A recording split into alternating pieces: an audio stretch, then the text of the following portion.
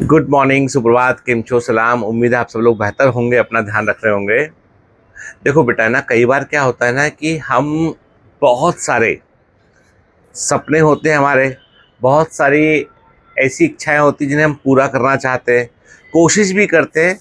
लेकिन कई बार क्या होता है, कई बार वो चीज़ें इसलिए नहीं हो पाती है क्योंकि हमने शुरू तो किया था, हमने कोशिश तो की थी हमने, लेकिन उसको फिर बरकरार नहीं रख पाए हम मतलब उसको हम कई बार है ना, मतलब हम क्या करते हैं, जैसे जैसे मैं आपसे बोलूं कि आपको कुआं खोदना है, एग्जाम्पल दे रहा हूँ। आपको कुआं खोदना है मान लीजिए, तो आप कुआं खोदने के लिए मिट्टी आपने खोदी, आपने 3 फीट, कहीं पे 3 फीट गड्ढा किया आपने, फिर आपका मन भटक गया, कहीं और जाके आपने 3 फुट गड्ढा किया आपने। 100 दिन तक आप 3-3 फीट गड्ढे करते रहे अलग अलग जगह पर जाकर। कितने फिट खोद लिया आपने? 300 फीट खोद लिया आपने। अब आप सोचिए, 300 फीट यदि आपने एक ही जगह पर खोदा होता तो पानी निकलता या नहीं निकलता? बिल्कुल पानी निकलता। कहने का मतलब ये है कि समटाइम्स, कभी कभी हम क्या करते हैं, बहुत जल्दी जल्दी अपने टारगेट शिफ्ट कर लेते हैं। कोशिश करते हैं, ईमानदार हैं, मेहनती है, सब कुछ है, लेकिन टारगेट बहुत जल्दी जल्दी शिफ्ट कर लिए, तो गड्ढा जो खोदते हैं वो 3 ही फीट होता है वो, फिर अगला गड्ढा खोदना शुरू कर देते हैं, तो पानी कभी नहीं निकलता, सफलता कभी नहीं मिलती। तो जो बहुत जल्दी जल्दी अपने मंजिल, अपने टारगेट शिफ्ट कर रहे होते हैं ना, वो लोग कम टैलेंटेड है ऐसा नहीं है। वो हो सकता है कि आपसे, हमसे अधिक टैलेंटेड हो, लेकिन वो डेविएटेड है बहुत अधिक। ये इंपॉर्टेंट चीज़ है, वही उनको नहीं पहुंचने दे रहा मंजिल तक। देखो, कहते हैं कि महेंद्र सिंह धोनी जो इंडियन क्रिकेट टीम के कैप्टन रहे हैं, धोनी कौन नहीं जानता उनको। तो धोनी जो है वो पहले फुटबॉल खेलते थे, वो गिल्ली डंडा भी खेलते थे। वो समझते, गिल्ली डंडा लकड़ी को मारते हैं ऐसे कर। फुटबॉल में गोलची भी थे। लेकिन जब उन्होंने अपनी सारी करा, और हर खेल में अच्छे थे वो, जब सारी उन्होंने एनर्जी को उन्होंने एक जगह पे लगा के क्रिकेट में लगा दिया, उन्होंने विकेट कीपिंग किया, उन्होंने बैटिंग किया, उन्होंने फोड़ दिया। तो कहने का मतलब है कि कई बार एनर्जी बिखरी हुई होती है। चलिए इसी पर हम एक कहानी सुनते हैं कि जापान में क्या होता है कि एक रेलवे स्टेशन पर एक स्टेशन मास्टर होता है, उसके पास एक रजिस्टर होता है। उस रजिस्टर में जो है ना, वो रजिस्टर उसका पर्सनल होता है।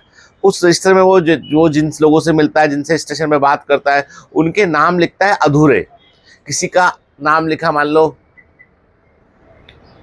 अमूरा, तो बस अमूरा, उसका सरनेम नहीं लिखा।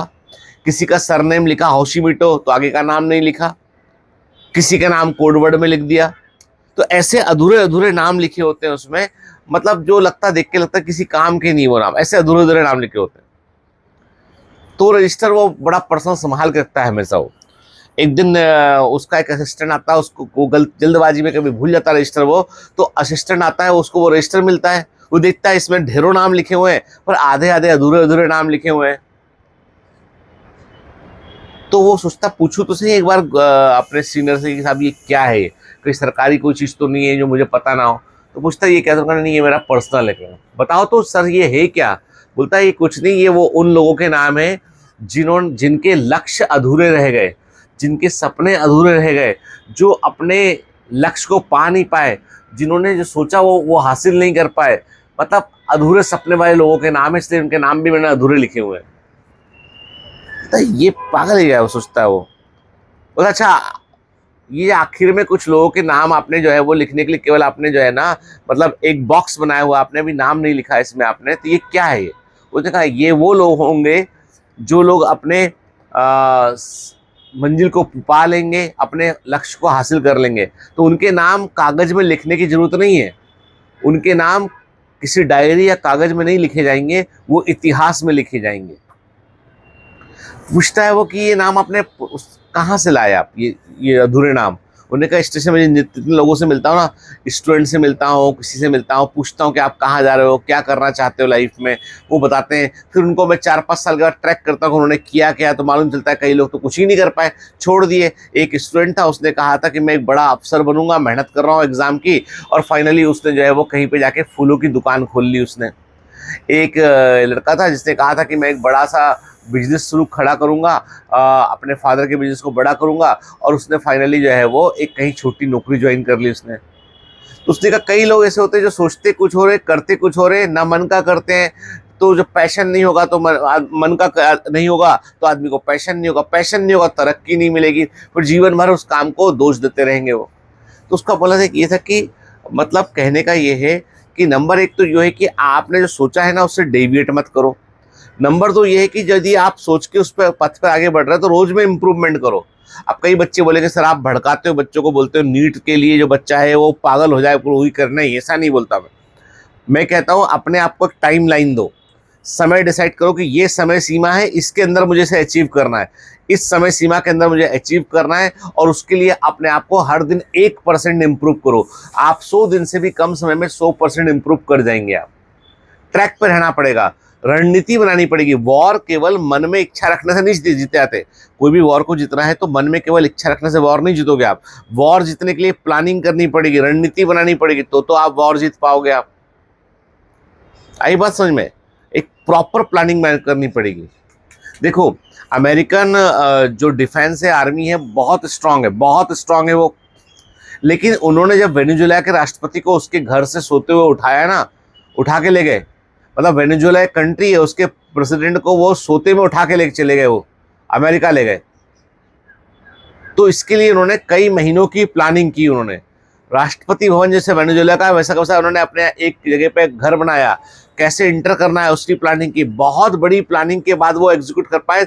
10 मिनट के अंदर पूरा खेल कर दिया उन्होंने। तो प्रैक्टिस इंपॉर्टेंट है, चाहे आप कितने ही महान क्यों ना हो, कितने ताकतवर क्यों ना हो, यदि प्रैक्टिस नहीं की तो बात खत्म है। तो इसलिए बेटा है ना, सही ट्रैक पे रहना, सही रणनीति को अपनाना बहुत जरूरी है। अंत में यही बोलूंगा मैं कि जो बच्चे चाहे सिविल सर्विसेज की तैयारी कर रहे हो, चाहे नीट की तैयारी कर रहे हो, आईआईटी की तैयारी कर रहे हो, बेटा अपने आप को इवैल्यूएट करो, खूब सारे टेस्ट दो, खूब सारे क्वेश्चन सॉल्व करो, और हर दिन अपने आप से कमिटमेंट करो कि चलो ज़्यादा नहीं, आज मुझे 1% इंप्रूव करना है। और जो बच्चे नीट की तैयारी कर रहे हैं ना जी, वो आज से भी 1% इंप्रूव करेंगे ना, तो 100 दिन से भी कम समय में आप 100% से बेहतर आप हो चुके होंगे। बायोमेंटस का क्रैश कोर्स 19 जनवरी से शुरू हो रहा है। 15 जनवरी तक जो है उसमें एक कूपन कोड है GOAL गोल 2026 उसे लगाने पर फीस में 50% फीस कम हो जाएगी। अदरवाइज कोई दूसरा ऑप्शन नहीं है, डायरेक्ट आपको ऐप पर फीस जो है वो पूरी ही दिखाई पड़ेगी। कूपन कोड ही एकमात्र है उसमें जो 50% फीस डिस्काउंट देता है, और कूपन कोड है गोल 2026। उस कूपन कोड को आपको जो है वो अप्लाई करना है, लेकिन ये 15 जनवरी तक ही वैलिड है, उसके बाद वैलिडिटी इसकी नहीं बढ़ेगी।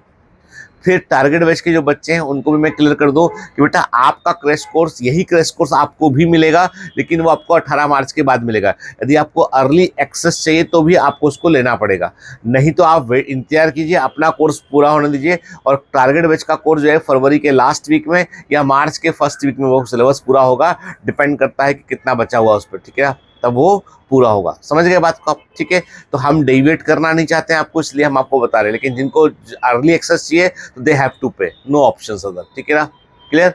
वैसे भी टारगेट बैच में बहुत कुछ डला हुआ है, बहुत कुछ मटेरियल हमने दे रखा है उतने कम पैसे में, बहुत सारा, और अब उसके अलावा और पॉसिबिलिटी बेटा नहीं है, ठीक है ना। चलिए, all the best, bye bye.